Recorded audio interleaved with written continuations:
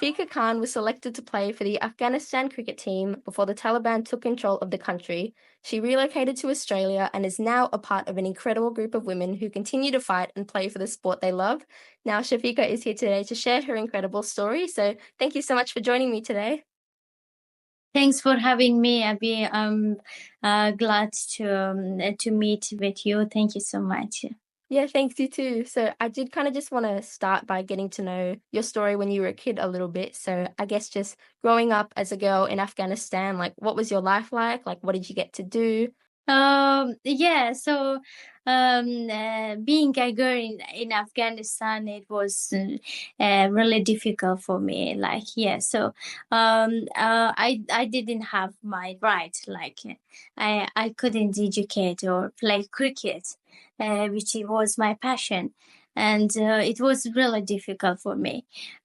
So yeah, by the way, but I over become and so I started playing cricket and then so the Taliban came and everything stopped. Yeah, but you said you didn't even have like many rights even before the Taliban came. So I guess what was your life like in terms of what you couldn't do? Yeah, so like not really like 50-50, but I had a bit, not really much, but I was still continuing my education in sport. So yeah, it was difficult because the Afghani society is not as other countries that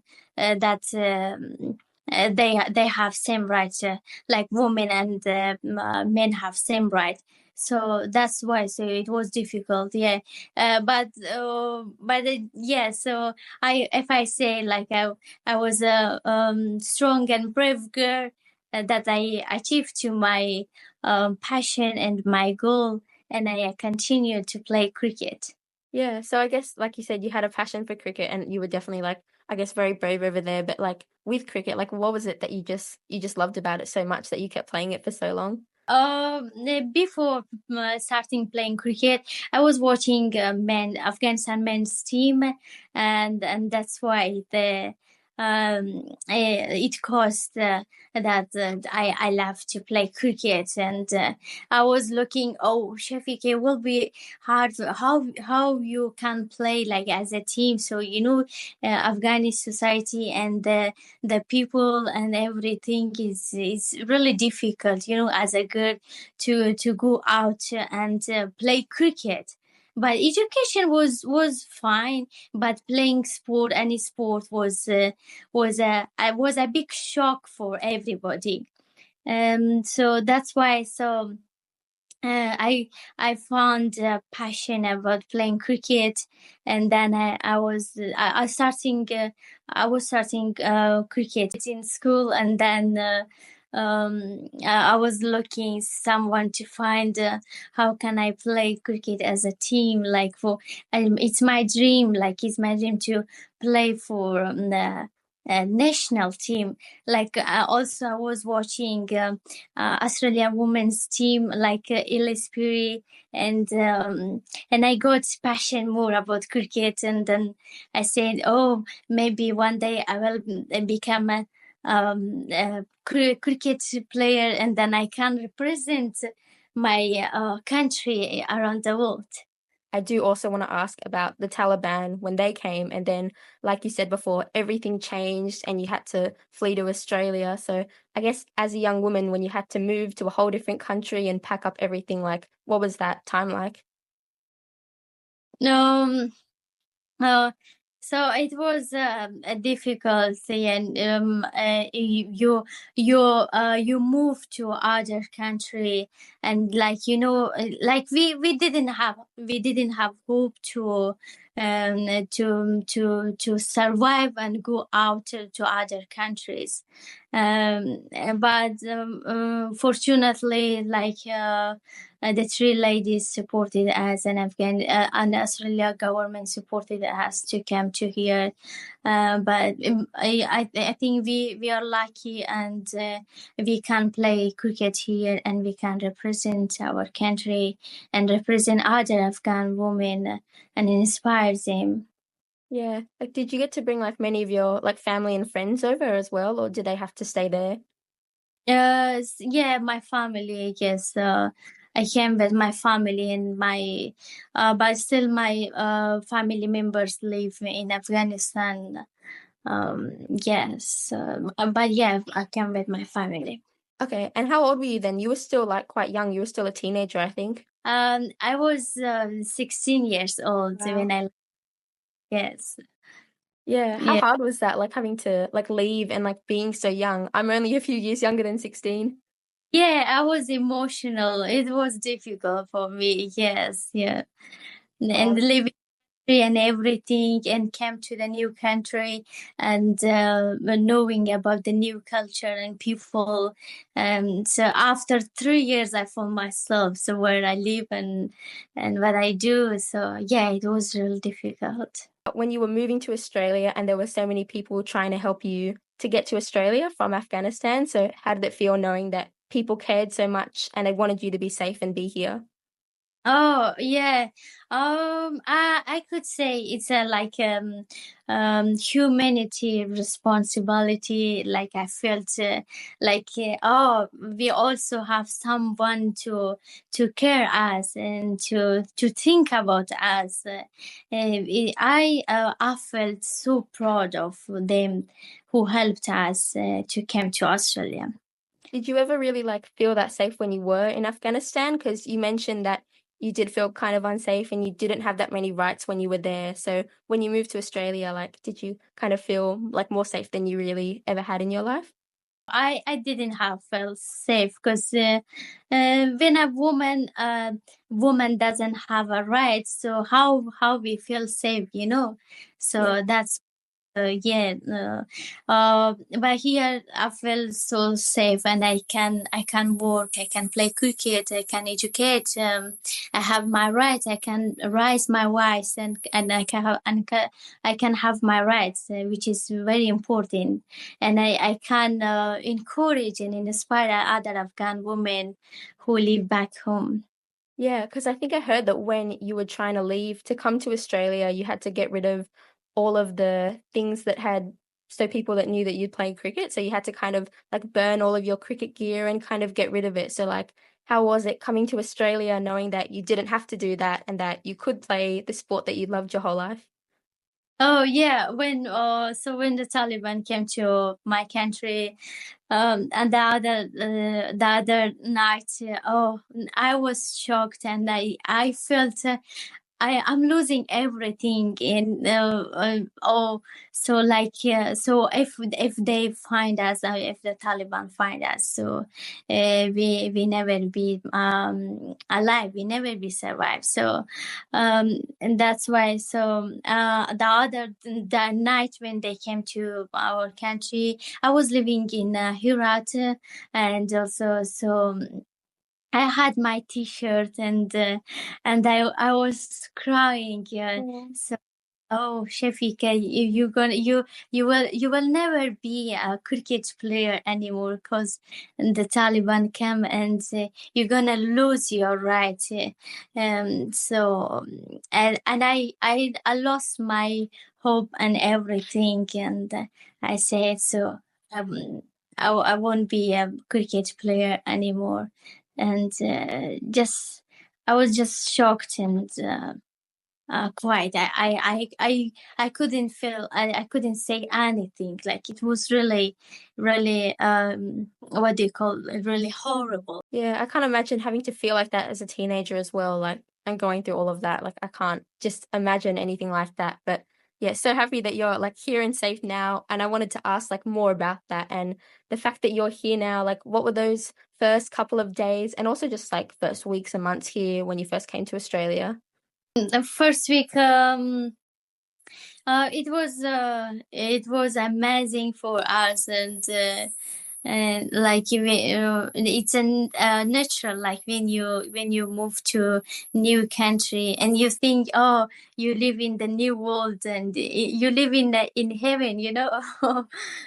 So that's why, so we were being so happy, everybody. Yeah, it was good. Yeah, and you would have had to, like you said, it was almost like being in heaven. It was just a new world, but you had to adjust to the new language, the new culture. I guess everything was very different, the weather as well. So how long did it take for you to adjust to all of the new things in Australia? So yeah, first time we were struggling with the language and with knowing the people and the new culture, everything. So it took 3 years to learn English and to educate, to play cricket more, and to knowing the new culture and everything. Yeah, so of course, at the beginning it's difficult when you move to the new country. Yeah, it must have been really hard. And I guess, like, also, how did you find a new cricket team to play for? Because you would have had to, I imagine, find a local team that you could go and join. So how did you join a team when you were in Australia? Oh yeah, so one of the lady who helped us, Miss Olivia, she helped us to find a local club and play for the local clubs. So yeah, so my old teammates and we played for the local clubs at the beginning, and it's been 3 years. Yeah. Okay. Yeah, and I wanted to ask also because there is a group of Afghani women that I know about that are playing in Australia, and I know that you all live in different places like Melbourne and Canberra, but how much do you actually get to like see and interact with each other like in person? So half of the team live in Melbourne and half of them in Canberra. So we often do not see each other, like since in last January we saw each other. So but yeah, in the future, yeah, my hope is that to play and have a training with my team. It's such an honor for me. Yeah, because I think you and some of the other girls in the some of the other players wrote a letter in June of last year to the ICC. So what made you want to write that letter, and also what were you asking for? I think it was to do with the national team. Yeah, so we sent a lot of letters for ICC, and ICC couldn't respond yet, which is a shame, you know. And with Afghan women deserve to play cricket, you know, as a national team. So we're still struggling when we're still fighting for our rights. And we want a team here and we want to play here. So ICC shouldn't forget us. ICC has a responsibility to recognize the Afghanistan women's cricket team. Yeah, and like you said, you're still fighting for the ICC and for people to recognize the Afghanistan women's cricket team. And then there's also the Afghanistan men's cricket team, which are getting to play, and I guess they are being recognized. So, how does that make you feel knowing that the men's team are being recognized, but the women's team still aren't? Yeah, so that's why. So so I it's a shame. Yeah, like why women are not deserved to have a national team. So what's wrong? So our question is that why aren't we deserve to have a national team? So that's why. So if you think like every country has a national women's team and national men's team. So we also deserve to have women's team as well. So ICC shouldn't have focus only on men's team. ICC should focus on women's team as well. Yeah, it'd definitely be great to see that happening soon. But I guess kind of something that you did get close to that happening was that earlier this year, a lot of you got to play in a team in Melbourne, which was kind of like the national team. So, what was that occasion like that you could all be back together and all playing with each other again? But what did that day mean that you could actually just play together again? If I say cricket is not only cricket is not only sport, it's a symbol of hope and resilience. So like we want to show the world that Afghanistan has a talented woman. Afghanistan has talented women in sport. So that we want to show the world, like we deserve to play cricket, we deserve to educate, and we deserve to work. So that's our right, and we still want to fight for our right. Yeah, and like you said, cricket is more than just like a sport, like it's a symbol of hope and it's a symbol of so much more. So when you were going through some of those tough times in Afghanistan and then you got to come to Australia, how did cricket help you and how did it help you to get through life? Oh, cricket helped me a lot in my life. I can raise my voice and I can have my rights through to cricket, and I can represent my country, and I can represent diversity, and so that's why. So I can rise, as I say, I can raise my voice, and I can inspire other Afghan women to gain their rights. It doesn't matter education, sport, or work. Yeah, and like I guess we've spoken so much about trying to like it's so important for you to Afghanistan women to have their rights. And one thing I wanted to ask you about was that I just saw today that Christy Coventry, the president of the IOC, but she had a meeting with the ICC chairman and they discussed the situation for your team and how you would get to play. And I think Christy said that we are united in our optimism that the Afghan women's cricketers will soon have the chance to proudly represent their country internationally. So it sounds like there is a lot of talk about you possibly very soon being able to represent your country. So, like, how does that actually make you feel knowing that so many people are talking about it? We feel confidence, and that everybody is going to fight for our right, and gonna talk about our cricket team. And I can see on social media many of the people, and that means shows their human responsibility, and we much appreciate their hard work, and that they helping us to raise our voice. So we will be happy, and yeah, one day we will have a team, and yeah. So we hoping, no, we fighting for our rights to get that team. Yes. Yeah, and it feels like you're so close, but like, have you actually imagined and like thought about what it would be like to sing your national anthem and to be able to wear your country's flag and be able to represent them? Like, what would that feel like?